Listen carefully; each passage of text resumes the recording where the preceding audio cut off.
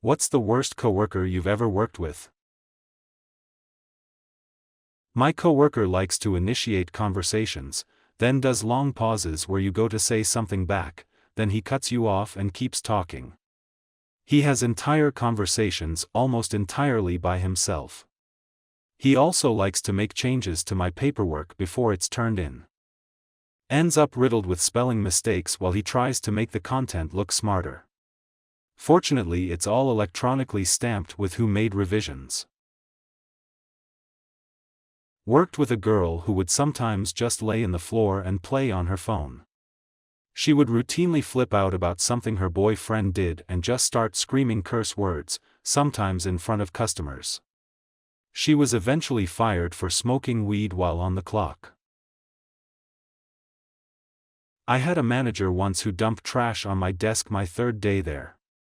She said it was to remind me that taking out the trash was part of my job description. It wasn't. I was a research assistant at a mortgage firm. Context: I work in a hospital as a nurse's aide and my department focuses on transporting patients around the facility for tests and room changes. I work night shift and this person started their shift at 6 a.m. There was this lady I worked with that just had the nastiest attitude. Normally I can get along with most folks, but this person just brought the whole room down with negative vibes. Nothing was ever good and she always had bad shifts. One thing she did that upset a lot of people was take patients down for x-rays and leave them down there to return to our office. The big thing to remember here is that even the lengthiest x-rays take maybe 10 minutes at the very most, 2 to 5 minutes on average for the scans. Every morning we got x-rays to do and I had to send her back down to return patients to their rooms after the x-ray technicians called right as she got back to our office. The instances of leaving patients were common, so I informed my boss several times in person and email. Apparently she had an attitude with every other department we worked with and never informed nurses that we were moving their patients. Big no-no when meds and vital signs need to be done. One day she had abandoned a patient in the ER waiting room when they were waiting for a ride home and told no one, so security had found a patient just sitting alone for 15 to 30 minutes without supervision. It took this and a year of recorded evidence for this person to finally get fired. When that happened, it's like a dark cloud lifted and a lot of people were relieved. Oh, and she tried to get various employees around the facility to sign a form to argue against her case. One person signed.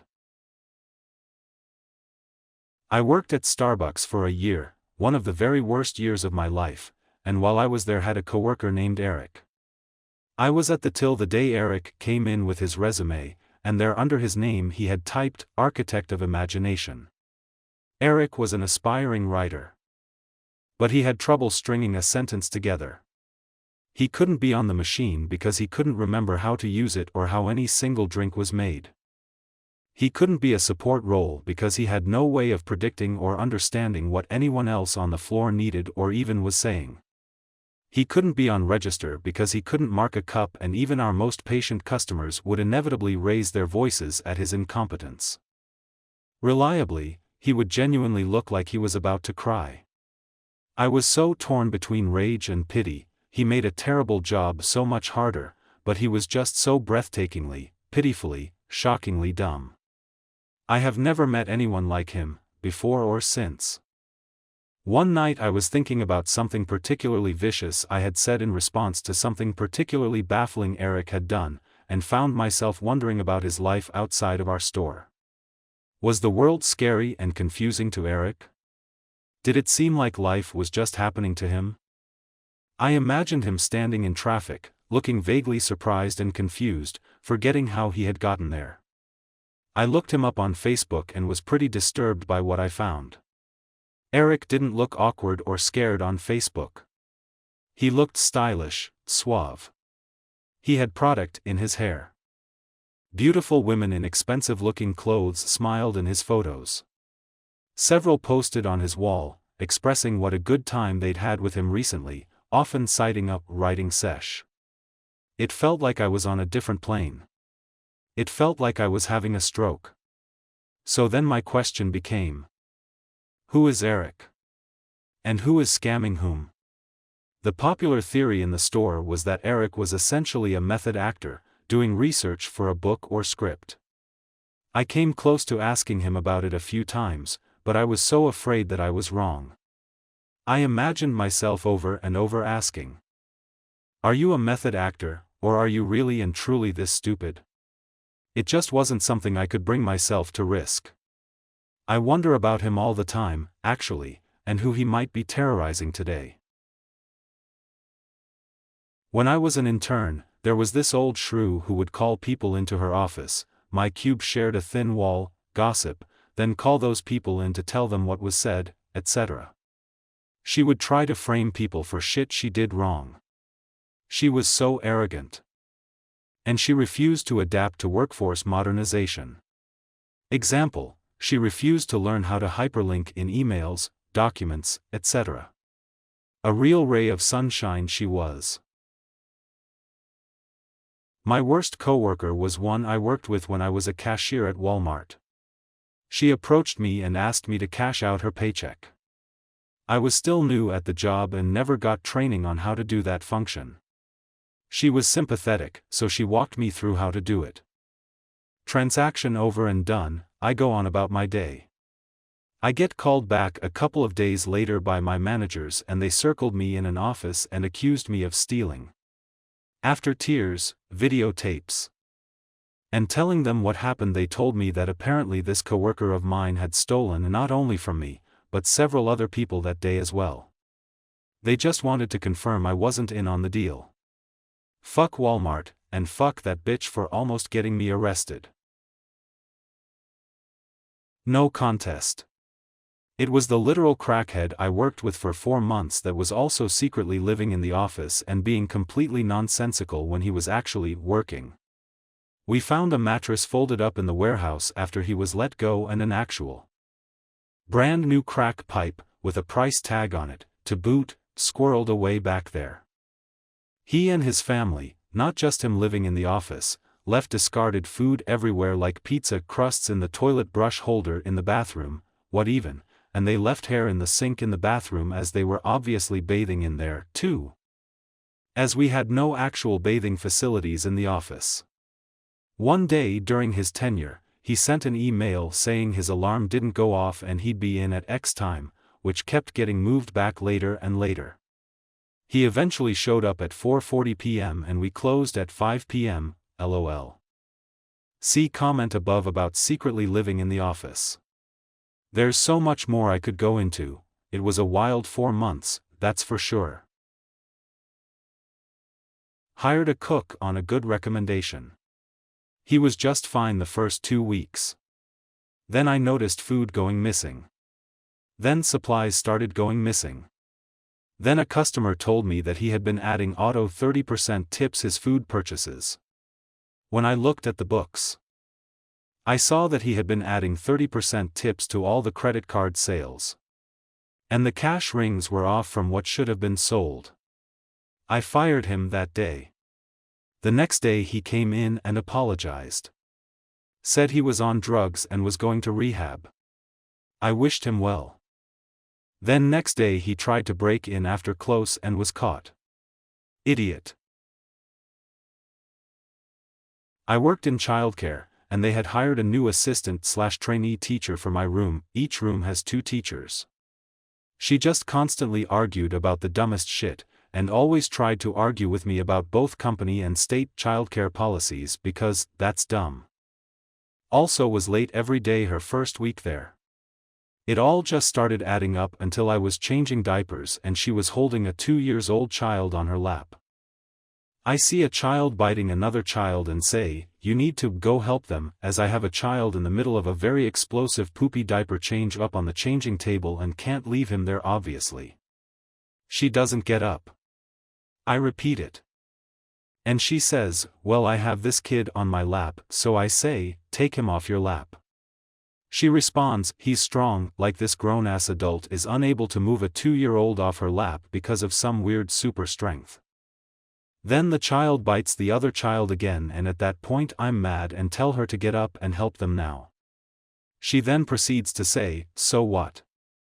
I have to watch these 4 kids while you just have one up on the table, like I'm somehow supposed to have multiple children on the table at once to make her job of sitting on the floor making sure kids don't get bit twice in a row easier, and our ratios were 4-to-1 anyways. I finished my diaper change, stuck my head out the door to my supervisor and told her, "Get this lady out of my room," and they did after and wrote her up after reviewing the footage of the incident. She was fired for no call, no showing the next week. I've worked with a lot of idiots in childcare, but she was so shitty in such a short amount of time. The HR manager at my last job had zero training, education, or experience in HR. She was argumentative, passive-aggressive, and incompetent. Toward the end she asked me, "Why are you being resistant?" and "You're not being a team player," when I was advocating for client safety. I was the second person in less than a year to leave and hire an attorney. I've worked a lot of factories, but one I worked at was mainly for felons. The pay you complete shit and work you so hard it tears you body and mind up. I just graduated high school and it was my second factory, so I didn't know any better. One guy I work with, we nicknamed Big Matt since we already had another Matt. Well, Big Matt was a big fan of crystal and steroids, so the dude was absolutely jacked, but this 35-year still lived with his mom. He said it had to do with him being a kid and walking in her being raped, and ever since then he never wanted to leave her alone. At the time I thought, wow, that would explain the substance abuse, he just wants to be strong to protect her. Well, I was a fucking idiot.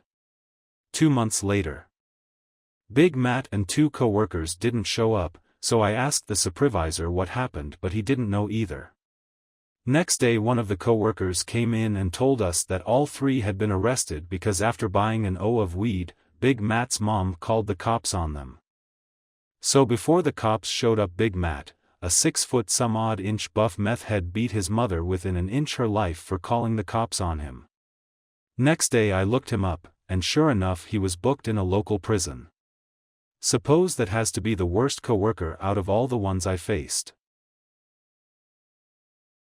This is about 15 years ago, but the office I worked in instituted a scent-free policy. One woman, who was already insufferable, was so offended by it that she snuck in her perfume collection.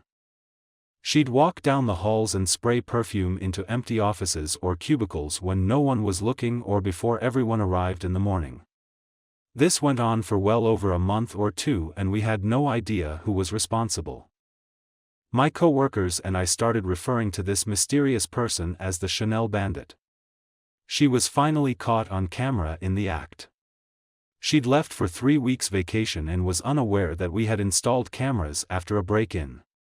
Some of us already suspected her, as the Chanel Bandit mysteriously stopped spraying while she was away. She quit right after she was caught. None of us were sad to see that cedar-scented psycho leave. This guy named Daniel I used to work with at McDonald's in high school. He let everyone know he worked out and enjoyed being on the football team. He had this thing about taking 5 shits a day. He would walk by on his way back from the toilet, chest out, shoulders back, and triumphantly announce, "That's shit number 3. Fucking Daniel." He would walk in every day like it was his first day, with no memory of anything we showed him the previous day. He was only focused for the first 30 minutes, then the rest of the time would be on his phone and try to work with one hand, which is bad because I work in a restaurant. Can't cook with one hand, but that didn't stop him from trying. Then one day he just stopped showing up for like a week, then was confused when he came back and was fired. I worked with a guy who couldn't learn new skills. When he started, he had to learn new programs and processes, just like anyone would at almost any job. He couldn't pick up on it, whether it was where to click in a software to get a certain result or how to fill out a report. Everyone on my team took turns showing him the ropes, and it never sunk in. I remember being so frustrated because he could not figure out how to minimize a window. Top right corner. Click on the straight line. It took like 3 to 4 seconds for him to drag the mouse to the corner and then he'd hover around it but never on it. Super nice guy, but impossible to work and collaborate with on projects because so much time was wasted. I worked in a certain touring exhibition last summer. It's not Potter, FYI, and of 200 people who were applying for jobs, 20 of us got the job. We were all close-knit and had a love for the exhibit content, and being all genuinely interesting people made us a family. Bar one woman. She thought she was the world's biggest star for having a 3-second cameo on GOT. And sent harassing messages and calls to many of us. She sexually harassed a lovely guy on the shop team who had no interest. Undermined the bosses constantly, talked back, was rude to customers. When she thought we talked about her behind her back, she got defensive and spiteful. We didn't. One day she got knocked back for good by the shop guy, and for some reason decided to take it out on me. Started slabbering about me around to every other coworker, but never to my face. She called me a white snake. Now, I am albino and my hair color got me seriously bullied in school along the vein of her insults, so her name calling was very hurtful. I had enough and took it to HR, and she was fired for her actions. I could go on, but she doesn't deserve any more thought. I worked with a guy who'd interrupt any conversation to talk about anything as if he was the expert. And I don't use anything as a hyperbole. He truly had something to say about anything, including things he had never heard of or obviously didn't know much about. When the subject being discussed was something in the category of things he didn't know much about, he would slowly steer the conversation away from the original discussion to something he would like to talk about at the moment.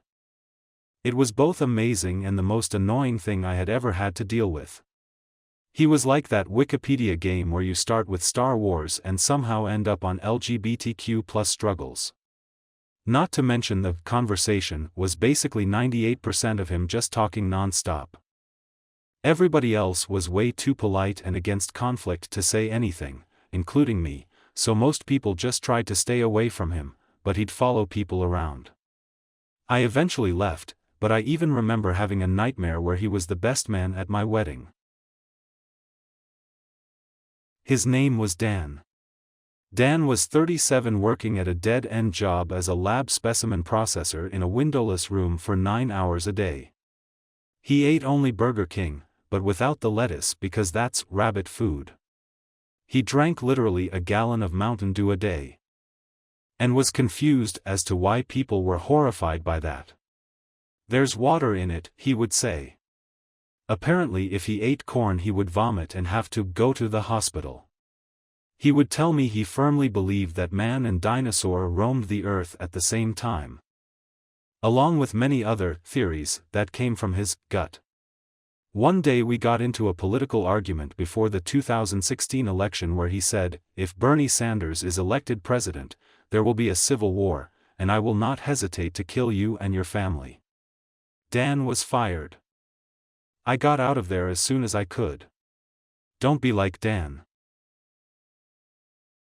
My old supervisor. She was that special brand of too nice.